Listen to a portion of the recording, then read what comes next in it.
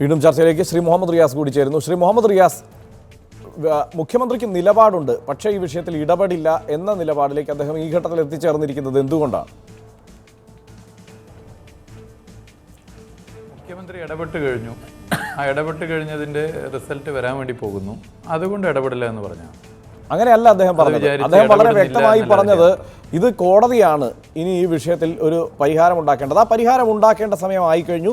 മാധ്യമങ്ങൾക്ക് സ്വതന്ത്രമായി റിപ്പോർട്ട് ചെയ്യാനുള്ള അവസരം ഉണ്ടാവേണ്ടതുണ്ട്. ആ ഒരു അവസ്ഥ സംജാതമായി കഴിഞ്ഞു. പക്ഷേ ഈ വിഷയത്തിൽ എനിക്കുള്ള അഭിപ്രായങ്ങൾ ഞാൻ പറയുന്നില്ല. ഈ വിഷയത്തിൽ തൽക്കാലം ഇടപെടാനുള്ള സാഹചര്യവുമില്ല എന്ന് തന്നെയാണ് അദ്ദേഹം സൂചിപ്പിച്ചത്. ഈ വിഷയത്തിൽ ഹൈക്കോടതിക്കകത്ത് നടന്ന സംഭവങ്ങളിൽ സഖാവ് പിണറായി എന്നല്ല, ഈ ഇന്ത്യയിൽ ഒരു മുഖ്യമന്ത്രിക്കും ജുഡീഷ്യറി പ്രത്യേകിച്ച് ഇങ്ങനെ ഇടപെടുന്നതിന് പരിമിതിയുണ്ട്. It's a fact. അത് നമ്മുടെ രാജ്യത്തിൻ്റെ ഭരണഘടനയുമായി ബന്ധപ്പെട്ട ചില പ്രശ്നങ്ങളാണ്. ആ പരിമിതിക്കകത്ത് നിന്നുകൊണ്ടേ ഇടപെടാൻ വേണ്ടി പറ്റൂ. ആ പരിമിതിക്കകത്ത് നിന്നുകൊണ്ട് ഇടപെട്ടത് ഇന്നലെ നമ്മൾ ചർച്ചയിൽ പറഞ്ഞതാണ്. അവിടെ കൊച്ചി എത്തി ഒരു ഡിസ്കഷൻ നടത്തി അതിൻ്റെ ഭാഗം ഒരു ടീമിനെ നിശ്ചയിച്ചു, കാര്യങ്ങൾ മുന്നോട്ട് പോയി. ഇതിപ്പോൾ UDFൻ്റെ ഭരണകാലത്താണ്. ശ്രീ ഉമ്മൻചാണ്ടിയാണ് കേരളത്തിൻ്റെ മുഖ്യമന്ത്രി എങ്കിൽ എങ്ങനെയായിരിക്കും ഇടപെടുക? അത് പറഞ്ഞ് അത് ആലോചിച്ച് പോകേണ്ട പ്രതിപക്ഷം എടുക്കുന്ന സമീപനം എന്ത്? ഇന്നത്തെ പ്രതിപക്ഷ നേതാവിൻ്റെ പ്രസ്താവന ഞെട്ടിച്ചിരിക്കുകയാണ്. അദ്ദേഹം പറഞ്ഞു മുഖ്യമന്ത്രിക്ക് ഭയമാണ്, മാധ്യമങ്ങളെ ഭയമാണ്. ഇതേ പ്രതിപക്ഷ നേതാവാണ് നിയമസഭയിൽ പറഞ്ഞ മുഖ്യമന്ത്രിക്ക് ഒന്നും ഭയമില്ല, മുഖ്യമന്ത്രി കരുത്തനാണ്. അപ്പോൾ തിങ്കളാഴ്ച ഒന്ന് പറയും, ചൊവ്വാഴ്ച വേറെ പറയുന്ന പ്രതിപക്ഷ നേതാവാണ്. അത് മാറട്ടെ. കേരളത്തിലെ കോൺഗ്രസിലെ ചില നേതാക്കന്മാർ ഒഴിച്ചു നിർത്തിയാൽ, BJPയിലെ ചില നേതാക്കന്മാർ ഒഴിച്ചു നിർത്തിയാൽ ജനസംഖ്യയിലെ 99.5% ജനങ്ങൾ ഈ പ്രശ്നം പരിഹരിക്കപ്പെടണമെന്നാണ് ആഗ്രഹിക്കുന്നത്. ഹർഷൻ ഉൾപ്പെടെ, ഞാൻ ഉൾപ്പെടെ, ഈ ചർച്ചയിൽ പങ്കെടുക്കുന്നവരുൾപ്പെടെ എല്ലാവരും. അപ്പോൾ എങ്ങനെയാണ് പരിഹരിക്കാൻ വേണ്ടി സാധിക്കുക? അതിനാണ് ഒരു ഫോർമുല കണ്ടെത്തേണ്ടത്. അവിടെ പ്രധാന പ്രശ്നം എന്താണ്? ഇപ്പോൾ ഈ ചർച്ചക്കകത്ത് ഞാൻ മനസ്സിലാക്കുന്നത് മാധ്യമ യൂണിയൻ്റെ ഭാരവാഹികളും പത്രപ്രവർത്തക യൂണിയൻ്റെ ഭാരവാഹികളെ പോലെ തന്നെ അഭിഭാഷകരും പറ്റിയിട്ടുള്ള ചില പാളിച്ചകൾ തുറന്നു പറഞ്ഞിട്ടുണ്ട്. അങ്ങനെ പറഞ്ഞു പോകുന്നൊരു രീതി വന്നാൽ തന്നെ കുറേയൊക്കെ പരിഹരിക്കാൻ വേണ്ടി പറ്റും. ഇതിൽ അടിയന്തരമായി പരിഹരിക്കേണ്ട പ്രശ്നം മാധ്യമ സ്വാതന്ത്ര്യത്തിന് വിലക്ക് പാടില്ല എന്നുള്ളത് തന്നെയാണ്. ഒരു തർക്കമില്ല. കോടതിക്കകത്ത് നടക്കുന്ന കാര്യങ്ങൾ സമൂഹത്തിന് അറിയണം. അത് അറിയിക്കേണ്ടവർ മാധ്യമ പ്രവർത്തകരാണ്. പക്ഷേ ഒത്തുതീർപ്പ് ശ്രമങ്ങൾക്കെല്ലാം ശേഷം ഇനി പരസ്പരം അങ്ങോട്ടും ഇങ്ങോട്ടും ഒക്കെയുള്ള ആരോപണ പ്രത്യാരോപണങ്ങൾ കുറേ ദിവസം കൂടി നടന്നു. ഇതെല്ലാം അംഗീകരിക്കാം. പക്ഷേ 10 ദിവസം അവിടെ മാധ്യമപ്രവർത്തകർക്ക് കടന്നു ചെല്ലാൻ കഴിഞ്ഞിട്ടില്ല. അതിൽ ഒരു ഭരണഘടനാ പ്രശ്നം തന്നെയുണ്ട്. ആ വിഷയത്തിൽ ഉറച്ച നിലപാട് പറയുകയാണ് മുഖ്യമന്ത്രി ചെയ്യേണ്ടത്. പകരം അദ്ദേഹം എൻ്റെ നിലപാട് ഞാൻ തൽക്കാലം പറയുന്നില്ല, മാധ്യമ സ്വാതന്ത്ര്യമൊക്കെ കിട്ടണം, പക്ഷേ ഈ വിഷയത്തെക്കുറിച്ച് മറ്റു ചില നിലപാടുകളൊക്കെ ഉണ്ട്. ഹൈക്കോടതിയുടെ ഉത്തരവ് നിലനിൽക്കുന്നത് കൊണ്ട് മാധ്യമപ്രവർത്തകരെ അങ്ങോട്ട് കടത്തിവിടുന്നതിൻ്റെ ഉള്ള ഒരു സാഹചര്യം ഇപ്പോഴില്ല. അതുകൊണ്ട് കോടതി ഇടപെടട്ടെ എന്നാണ്. അത് ഒരുപക്ഷെ അദ്ദേഹത്തെ ആരെങ്കിലും തെറ്റിദ്ധരിപ്പിച്ചതാകാം, അല്ലെങ്കിൽ അദ്ദേഹം മനസ്സിലാക്കിയതിൻ്റെ പ്രശ്നമാകാം. കാരണം കൊല്ലം കോടതിയിലോ മറ്റേതെങ്കിലും കോടതികളിലോ ആ നിലയ്ക്ക് ഹൈക്കോടതിയുടെ ഒരു ഉത്തരവൊന്നും നിലനിൽക്കുന്ന സാഹചര്യമില്ലല്ലോ. അവിടെ പോലീസാണ് തടയുന്നത്. അവിടെ മാധ്യമപ്രവർത്തകരെ തടഞ്ഞത് പോലീസാണ്. അവിടെ അതിനേക്കാൾ വലിയൊരു പട അഭിഭാഷകരുണ്ടായിരുന്നു. പക്ഷേ പോലീസാണ് കൃത്യമായി മാധ്യമപ്രവർത്തകരെ തടയുന്ന സാഹചര്യം ഉണ്ടാക്കിയത്. അതുകൊണ്ടാണ് താങ്കൾ നേരത്തെ പറഞ്ഞ പ്രതിപക്ഷ നേതാവിൻ്റെ നിലപാട് മാത്രമല്ല, ഞെട്ടിക്കാനോ അത്ഭുതപ്പെടുത്താനോ ഒരുപക്ഷെ VS അച്യുതാനന്ദൻ്റെ നിലപാടിനും പറ്റിയേക്കും എന്ന് ഞാൻ പറയുന്നത്. കാരണം അദ്ദേഹം വളരെ കൃത്യമായി പോലീസ് കൂടി ഈ വിഷയത്തിൽ പങ്കാളിയാണ് എന്ന് പറഞ്ഞിട്ടുണ്ട്. അല്ല, ഒന്ന് VS ഞങ്ങളുടെ ഗവൺമെൻറ്റിൻ്റെ ഭാഗമാണല്ലോ, മുന്നണീൻ്റെ ഭാഗമാണ്.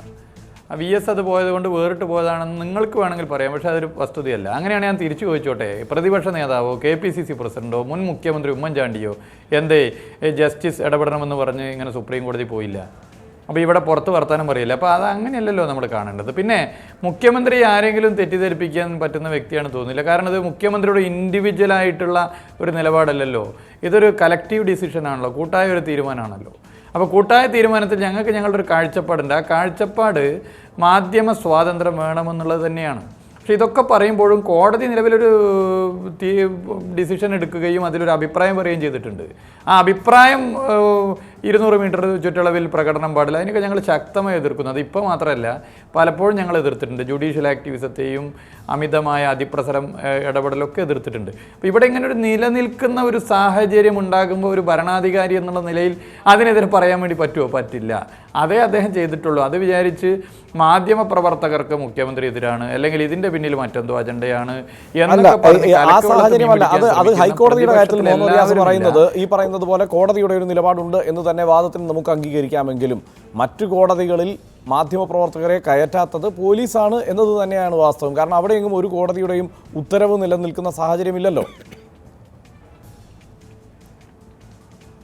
അല്ല, മാധ്യമപ്രവർത്തകർ ഏത് കോടതിയിലായിക്കോട്ടെ അങ്ങോട്ട് കയറി അതിൻ്റെ ഭാഗമായി ഒരു സംഘർഷമുണ്ടായി അതിൽ ആഹ്ലാദം കൊള്ളാനല്ല സമൂഹം ആഗ്രഹിക്കുന്നത്, സംഘർഷമില്ലാതിരിക്കാനാണ്. സംഘർഷമില്ലാത്ത രീതിയിൽ, അസ്വസ്ഥതയില്ലാത്ത രീതിയിൽ, സ്വസ്ഥമായി നല്ല അന്തരീക്ഷത്തിൽ മുൻപുള്ളതുപോലെ പോകാനാണ് സമൂഹം ആഗ്രഹിക്കുന്നത്. അതിനുതകുന്ന ഇടപെടലേ സർക്കാർ ചെയ്യുകയുള്ളൂ. അല്ലാതെ ആളിക്കത്തിക്കുക, അവിടെ ഇവിടെയും കത്തിക്കുക. നേരത്തെ ആരോ പറഞ്ഞതുപോലെ ആളിക്കത്തിക്കലല്ല, മണ്ണെണ്ണ ഒഴിക്കലല്ല, വെള്ളം ഒഴിക്കലാണെന്ന് പറഞ്ഞ പോലെ മണ്ണെണ്ണ ഒഴിക്കുന്ന പണിയെടുക്കാൻ ഞങ്ങളെ കിട്ടില്ല. ഇത് പരിഹരിക്കണം. പരിഹരിക്കാൻ വേണ്ടി എന്തു ചെയ്യും? അവിടെയാണ് ഇതിൽ പ്രധാനമായും നല്ലൊരു ഡയലോഗ് ഇതുമായി ബന്ധപ്പെട്ട് നടന്നുകൊണ്ട് തീർക്കേണ്ട വിഷയമാണ്. അങ്ങനെ തീർക്കണം. അതിൽ സർക്കാരിൻ്റെ പരിമിതി, ആ പരിമിതിക്ക് അകത്ത് നിന്നുകൊണ്ട് എന്ത് ചെയ്യാനും സർക്കാർ തയ്യാറാണ്. സർക്കാർ ചെയ്തിട്ടുണ്ട്, ഇനി ചെയ്യാനും. ഞാൻ തിരിച്ചു വരാം താങ്കളിലേക്ക് തിരിച്ചു വരാം. ശ്രീ എ സജീവൻ, ഇതിവിടെ കയറി ഞങ്ങൾ റിപ്പോർട്ട് ചെയ്യും എന്ന് കട്ടായം വാശി പിടിക്കേണ്ട ഒരു സാഹചര്യം ഇല്ല എന്നുകൂടി വേണമെങ്കിൽ വിലയിരുത്തിക്കൂടെ? കാരണം ഭരണഘടനാപരമായുള്ള ഒരു അവകാശമാണ്.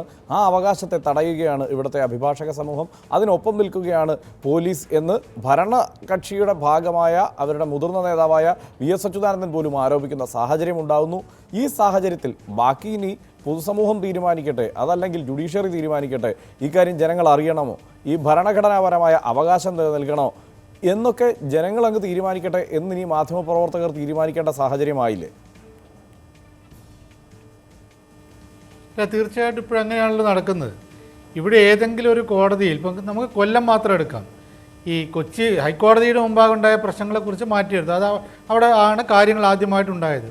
പക്ഷേ വഞ്ചിയൂർ കോടതിയിൽ അങ്ങനെ ആയിരുന്നില്ലല്ലോ. വഞ്ചിയൂർ കോടതിയിൽ അഭിഭാഷകരും മാധ്യമപ്രവർത്തകരും തമ്മിലൊരു തർക്കം ഉണ്ടായിട്ടില്ല. അവിടേക്ക് ആദ്യം പോയിട്ട് വനിതാ മാധ്യമപ്രവർത്തകരാണ് അവരുടെ നേരെയാണ് പ്രശ്നങ്ങൾ ഉണ്ടായിരുന്നത്.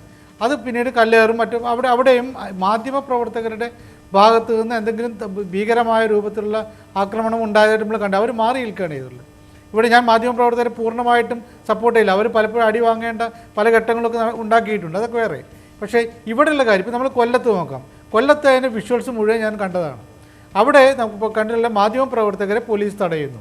അതിന് തൊട്ട പിന്നിലായിട്ട് വലിയ ഉരുക്ക് കോട്ട പോലെ അഭിഭാഷകരുടെ നിരയുണ്ട്. അവിടേക്ക് പോയാൽ സ്വാഭാവികമായിട്ടും പോലീസ് പോയാൽ സംഘർഷം ഉണ്ടാവും. വളരെ കുറഞ്ഞ മാധ്യമപ്രവർത്തകർ ഒരു പക്ഷേ എല്ലും തോലുമായിട്ട് പോരുന്നൊരവസ്ഥയുണ്ടാകും എന്ന് വിചാരിച്ചായിരിക്കും തടയുന്നത്. പക്ഷേ അവിടെ മാധ്യമപ്രവർത്തകർ ചെയ്തിട്ടുള്ളത് അവർ മാറി എന്ന് വേറെ സ്ഥലത്തിരിക്കുകയത്.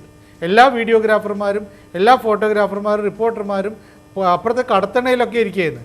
അവരുടെ നേരെ പോലും വളരെ ഭീഷണമായ രൂപത്തിലേക്ക് നടന്നു പോകുന്ന അഭിഭാഷകരുടെ ചിത്രങ്ങൾ, അവരുടെ വിഷ്വൽസ് മുഴുവൻ നമ്മൾ ഈ ഇതിലൂടെ കണ്ടിട്ടുള്ളതാണ്. അപ്പം ഇവിടെയൊക്കെ പ്രകോപനം ഉണ്ടാക്കുന്നൊരവസ്ഥ. അത് ഞാൻ പറഞ്ഞു, രാജേന്ദ്രൻ വിചാരിക്കേണ്ട മൊത്തമായിട്ട് എല്ലാ അഭിഭാഷകരെയും കുറ്റപ്പെടുത്താൻ വിചാരിക്കേണ്ടത്. ഇത് കുറച്ച് പേര്, അദ്ദേഹം തന്നെ പറഞ്ഞ പോലെ കുറച്ച് പേര് അങ്ങനെ ഉണ്ടാക്കുന്നു. ഇവിടെ എന്താണ് പ്രശ്നം? ഇപ്പോഴും മാധ്യമപ്രവർത്തകർ ഈ 10 ദിവസം കഴിഞ്ഞിട്ടും മാധ്യമപ്രവർത്തകർ ഞങ്ങളുടെ കയ്യൂക്കോട് കൂടി പോകും, ഞങ്ങളുടെ ഭരണഘടനാപരമായിട്ടുള്ള അവകാശമാണ്, മൗലികാവകാശമാണ് എന്ന് പറഞ്ഞ് പോകണമെന്നില്ലല്ലോ.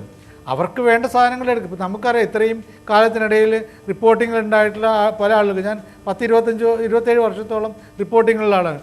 എങ്ങനെ വാർത്തയെടുക്കുന്നത്